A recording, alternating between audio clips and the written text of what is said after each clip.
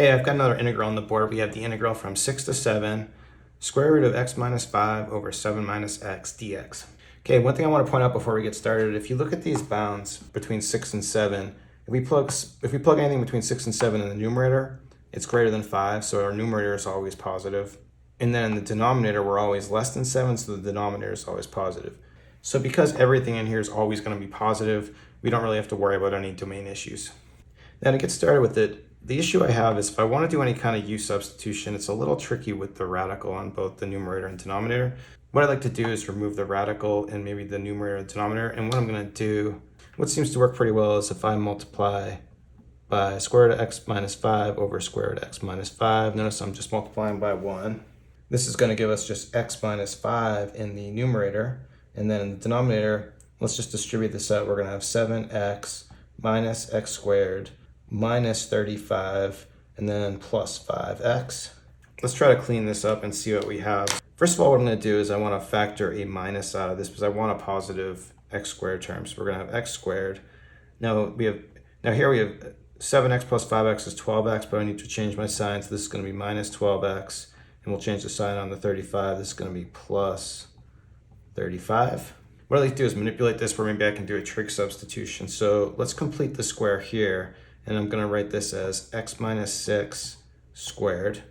No, that's silly. Okay, not to the 6th. Now you notice if you multiply this out, you get x squared minus 6x is 12x plus 36. Well, we have a 35 here, so what I can do is just subtract off a minus 1 to match my 35. And then I'm just going to put my minus 1 back in, so this is going to end up being 1 minus x minus 6 squared. And now in this form, it's starting to look more like we could do a trig substitution. But I think what I'm going to do, before I do a trig substitution, I'm going to do a u substitution. You could probably do it, I think you could do it all in one step. I'm going to do a u substitution first. So I'm going to say this is my u. So we'll say u equals x minus 6. Then that means that x is equal to u plus 6 and dx equals du.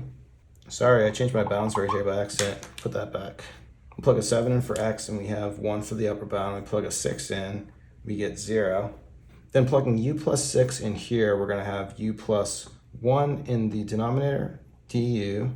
And this is going to become, in the denominator, square root of 1 minus u squared. Because we have this addition right here, we'll split it into two integrals. One's going to have u in the numerator and the other one's just going to have a 1 in the numerator. Now for this first integral, I'll just do another substitution real quick. I'm going to we'll use t because we used up u, so we'll say t is equal to 1 minus u squared.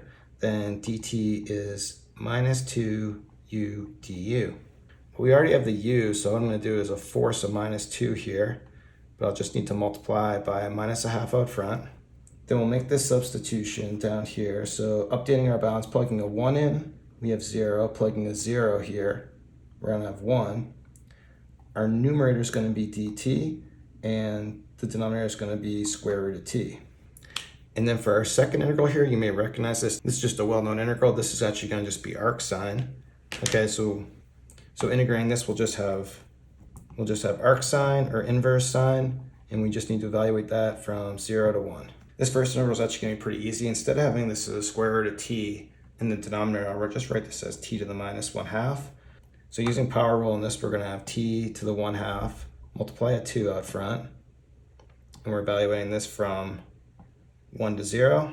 Next, we just need to evaluate this in order to finish it off. Usually I take the minus and flip my balance, but I forgot, but it's going to work just fine. So we'll evaluate this at 0. So 0 in for t is going to just give us 0.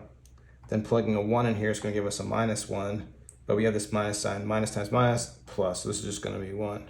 Then evaluating arc sine at 1 is going to be just pi over 2, and then arc sine at 0 is just going to be 0.